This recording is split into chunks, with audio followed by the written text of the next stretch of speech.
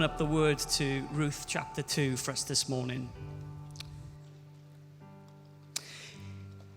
It so happened that Naomi had a relative by marriage, a man prominent and rich, connected with Elimelech's family. His name was Boaz. One day, Ruth, the Moabite foreigner, said to Naomi, "I'm going to work. I'm going out to glean among the sheaves, following after some harvester who'll treat me kindly." Naomi said, "Go ahead, dear daughter." And so she set out. She went and started gleaning in a field, following in the wake of the harvesters. Eventually, she ended up in the part of the field owned by Boaz, her father-in-law Elimelech's relative. A little later, Boaz came out from Bethlehem, greeting his harvesters. "God be with you," they replied, "and God bless you." Boaz asked his young servant, who was foreman over the farmhands, "Who is this young woman? Where'd she come from?" The foreman said, "Why, that's the Moabite girl, the one who came with Naomi from the country of Moab. She asked permission. 'Let me glean,' she said, 'and gather among the sheaves, following after your harvesters.' She's been at it ever since, from early morning till now, without so much as a break." Then Boaz spoke to Ruth, "Listen, my daughter, from now on, don't go to any other field to glean. Stay right here in this one. Stay close to my young women. Watch where they are harvesting and follow them. Don't worry about a thing. I've given orders to my servants not to harass you. When you get thirsty, feel free to go and drink from the water buckets that the servants have filled." She dropped to her knees, then bowed her face to the ground. "How does this happen? That you should pick me and treat me so kindly? Me, a foreigner?" Boaz answered her, "I've heard all about you. Heard about the way you treated your mother-in-law after the death of her husband, and how you left your father and mother and the land of your birth and have come to live among a bunch of total strangers. God reward you well for what you've done, and with a generous bonus besides from God, to whom you've come seeking protection under his wings." She said, "Oh, sir, such grace, such kindness, I don't deserve it. You've touched my heart, treated me like one of your own, and I don't even belong here." At the lunch break, Boaz said to her, "Come over here, eat some bread, dip it in the wine." So she joined the harvesters. Boaz passed the roasted grain to her. She ate her fill and even had some left over. When she got up to go back to work, Boaz ordered his servants, "Let her glean where there's still plenty of grain on the ground. Make it easy for her. Better yet, pull some of the good stuff out and leave it for her to glean. Give her special treatment." Ruth gleaned in the field until evening. When she threshed out what she had gathered, she ended up with nearly a full stack of barley. She gathered up her gleanings, went back to town, and showed her mother-in-law the results of her day's work. She also gave her the leftovers from her lunch. Naomi asked her, "So where'd you glean today? Whose field? God bless whoever it was who took such good care of you." Ruth told her mother-in-law, "The man with whom I worked today, his name is Boaz." Naomi said to her daughter-in-law, "Why, God bless that man. God hasn't quite walked out on us after all. He still loves us, in bad times as well as good." Naomi went on, "That man, Ruth, that man is one of our circle of covenant redeemers, a close relative of ours." Ruth, the Moabitess, said, "Well, listen to this. He also told me, 'Stick with my workers until my harvesting is finished.'" Naomi said to Ruth, "That's wonderful, dear daughter. Do that. You'll be safe in the company of his young women. No danger now of being raped in some stranger's field." So Ruth did it. She stuck close to Boaz's young woman, gleaning in the fields daily until both the barley and wheat harvesting were finished, and she continued living with her mother-in-law.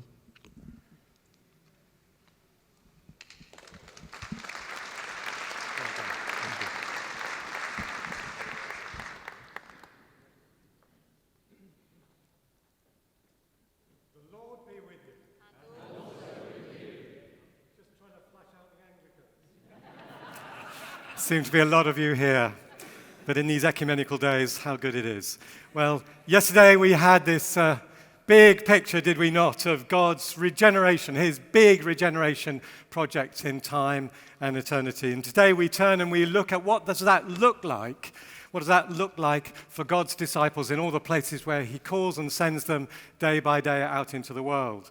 For me, these 2 days are a dream coming true. Churches together, loving one another, praying together, seeking God's face for how they can bless, bring shalom for the sake of the city. A dream coming true.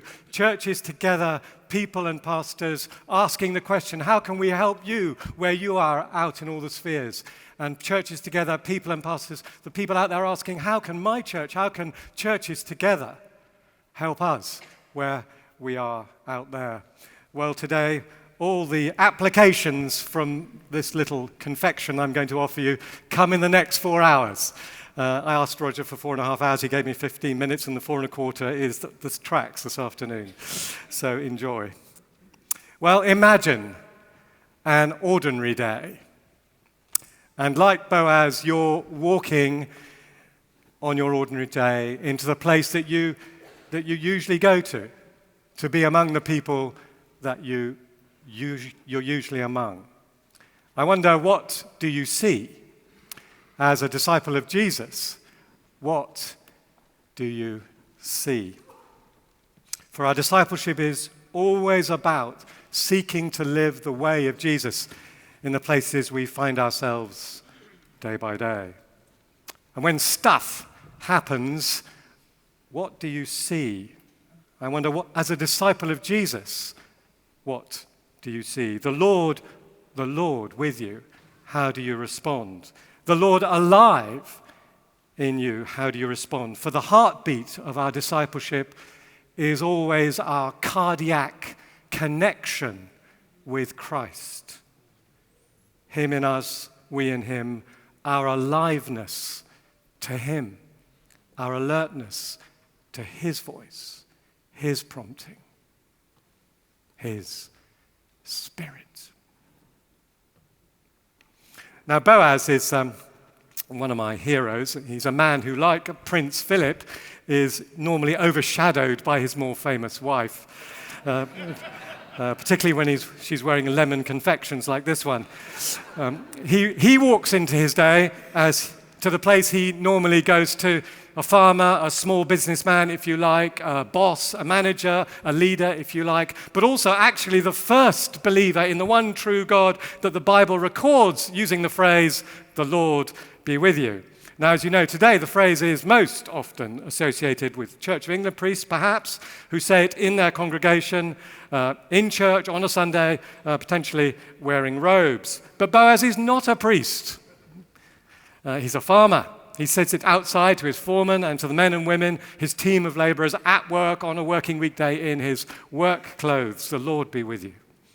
It's a prayer, actually, isn't it? It's a prayer that in this ordinary day, in this ordinary workplace, with this ordinary labor under the hot Bethlehem sun, God might show them favor. The Lord be with you in your accounting. The Lord be with you as you take that trolley in the hospital. The Lord be with you as you massage the conditioner into somebody's hair and pray for them as you do it. The Lord be with you in that letter. The Lord be with you in that volcanically irritating conversation with that volcanically irritating client, customer, parishioner.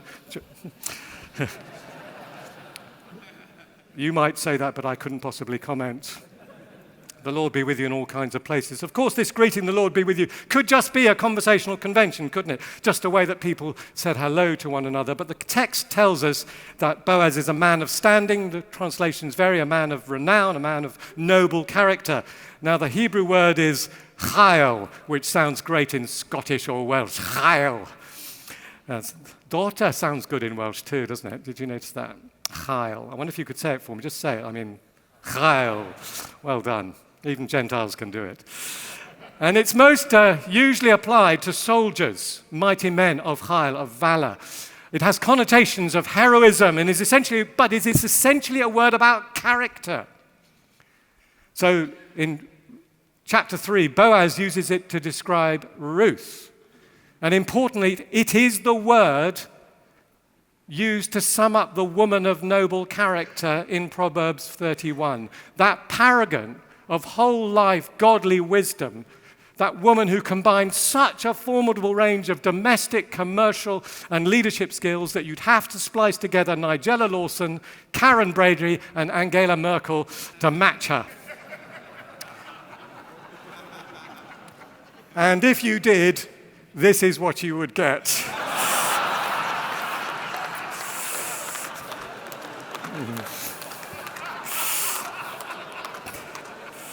Which I don't intend to leave on the screen for very long. So in the Bible, heroism is not just manifested in war, but in godly character and in godly action in ordinary life. So it's perhaps no coincidence that in the Hebrew Bible, the book of Ruth follows immediately after the book of Proverbs. It's as if to say, you have seen how the fear of the Lord expresses itself in exemplary ways in this upper-class, married, rich woman. Now, see what it looks like in a poor immigrant widow. See what it looks like in a middle-income farmer. So when Boaz walks into his ordinary day in the place he ordinarily goes to, what does he see? He sees a stranger gleaning. He finds out it's a Moabite. Is that what he sees? Look at the disparity of status between them. He's male, she's female, he's Israelite, Moabite, he's a landowner, she's just a gleaner. He is rich, she's poor. He is a bulwark of the community, and she is an outsider. Is that what he sees? He sees a woman of noble character. He sees a godly woman. Now, there is no reason why he should go and talk to the gleaner. No reason why the CEO talks to the cleaner. She's not even an employee. And he's not prepared for this encounter, is he? Everything we see here is spontaneous. It's coming out of who he is. It's not planned. He just takes the initiative to pray for her and praise her. In the NIV, may the Lord repay you for what you've done. May you be richly rewarded by the Lord, the God of Israel, under whose wings you have come to take refuge. He does not regard her from a human point of view. Why does he pray for her and praise her? Because he admires her commitment to her mother-in-law and the one true God. He does not regard her from a human point of view. He prays and he praises her, and then he protects her. I have told the men not to touch you. Now, Boaz is ensuring that God's values set the tone. He's creating a context for human flourishing, if you like, in his workplace. And whilst there are some things he can assume about his values, he can assume that the foreman will allow the woman to glean in his fields. He's also sharply aware of the culture around him, of what men are like, and just how vulnerable Ruth is, how vulnerable a youngish, impoverished female foreigner without an obvious male protector might be, how vulnerable any newcomer in an organization might be, some intern, some impressionable new graduate, some first-year associate on a business trip somewhere. It's not safe for women in Judah. Naomi says the same thing at the end of the chapter. In someone else's field, she says to Ruth, you might be harmed. It's not safe.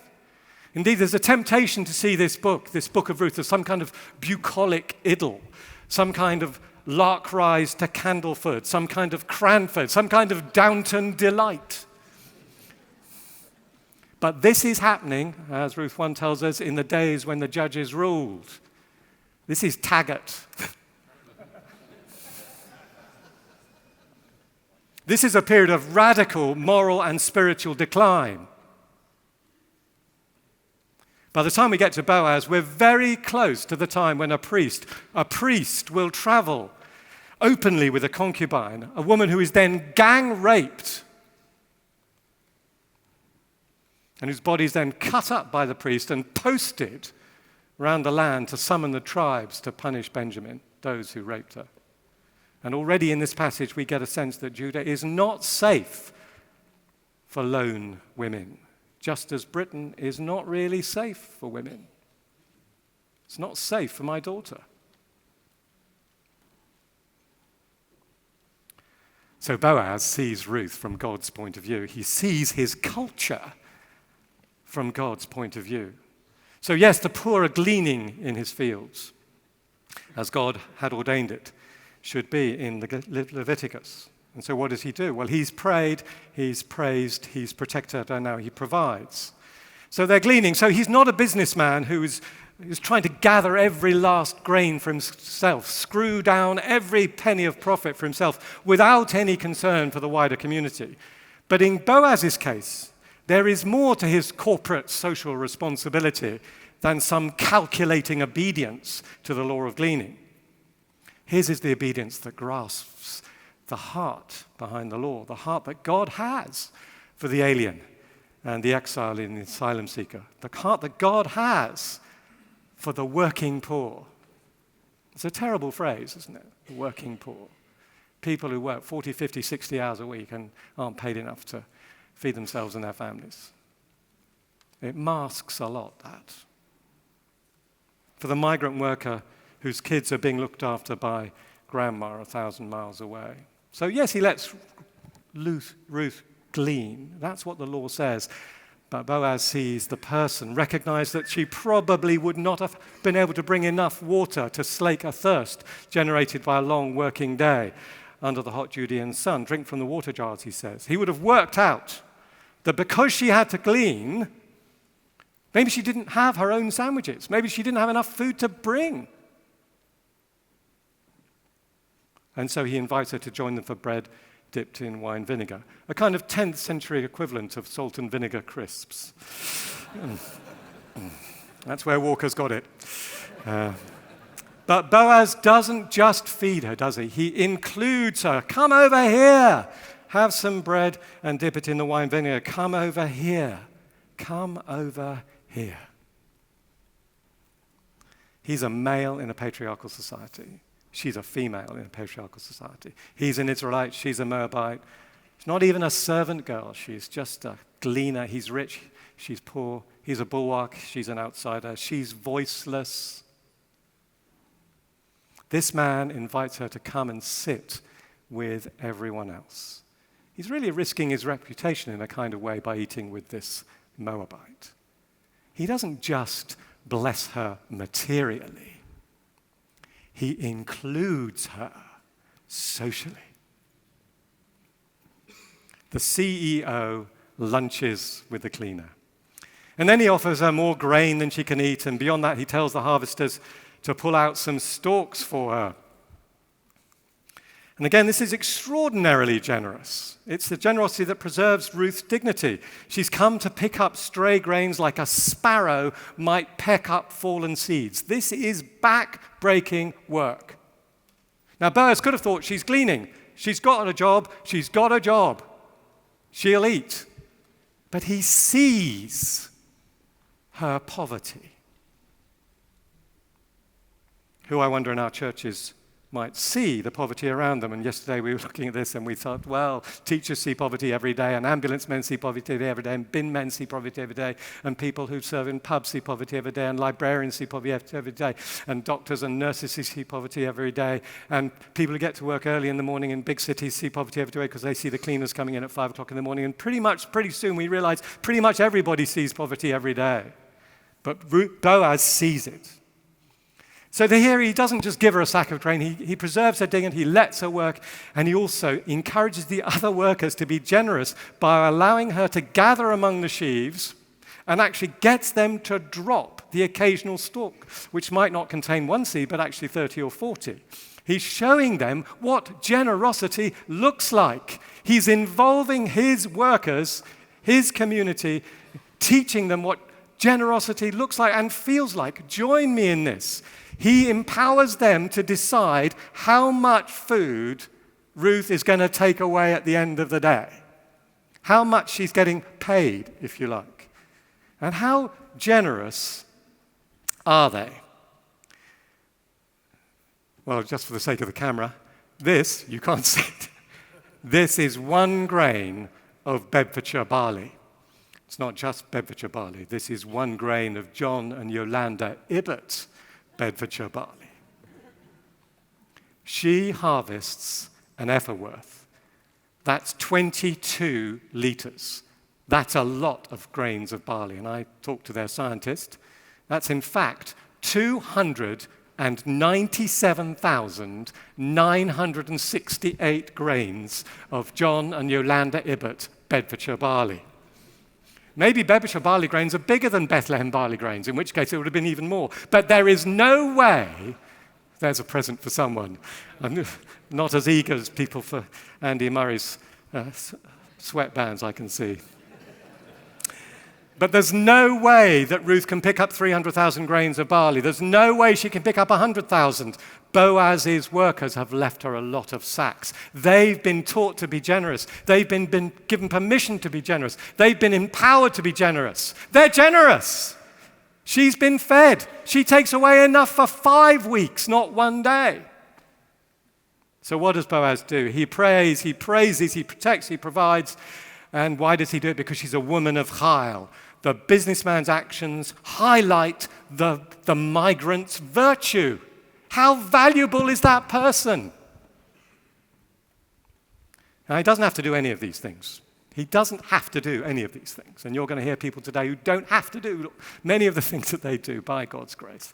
This is the generosity of grace. Grace does not have to, any more than God has to rescue his people time and again in the period of Judges. Yes, this God of love instituted the law of gleaning because he anticipated that there would be poverty. But the gleaning is an expression of his love, but it doesn't limit the scope of his love or ours. The minimum wage does not limit the scope of our love, or even the living wage. Love goes further. Do we seek to provide, protect, praise, and pray? The Lord's best for the people around us. Does grace mark the way we treat the people we work for and the people who work for us or serve us or live in our towns? And of course, as you read on about Boaz, and I commend him to you, that Ruth is really, he's not really the hero of this story. Ruth is the hero of this story. But as you read on, there's more to his character. He seems to know how to have a good time. After the barley harvest is in, he joins the party, but he is wise enough not to drink and ride his donkey. So he kips down in the barn and sleeps it off. And there, of course, we see he is remarkably self-controlled. Several times in this text, we're told that he is significantly older than Ruth, old enough to recognize that such a young woman might well not be interested in him, but young enough to jump at the chance when it is clear that she is, which in our culture would make him somewhere between 30 and 87. Nevertheless, I'm giving myself some time. Nevertheless, let's get that off the tape. Nevertheless, despite his long bachelorhood, he does not rush in to clinch the deal, but respects the biblical law and the community he's in and ensures that the other man with a prior claim to Ruth's hand is given the right of refusal. So here again we see grace.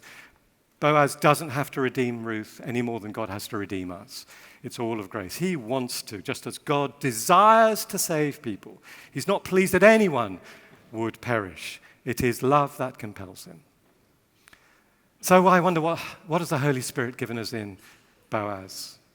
A man, a human, let's say, of valor, a whole life disciple, living out the fear of the Lord in every aspect of his life, in a challenging culture, in his workplace in the fields, in private alone with a woman at night, and in the public sphere at the city gate. A man of valor who does not regard the people around him from a human point of view, or the culture he's in for that matter. Dependent on God, caring for employees, generous, protecting the vulnerable, joyous, sexually pure, community-minded.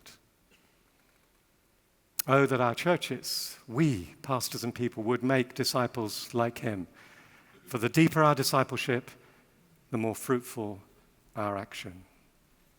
Oh, that we would make and rejoice in making disciples like Boaz, a person who has so deeply learned the ways of the Lord, that when he walks into his day, to the place he usually goes to, among the people he's normally with, he can respond in the Lord's ways, with insight and grace and generosity, to create a different kind of kind community.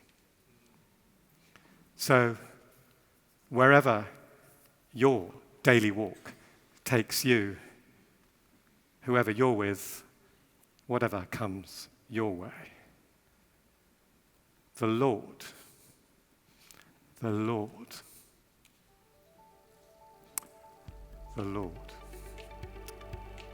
be with you.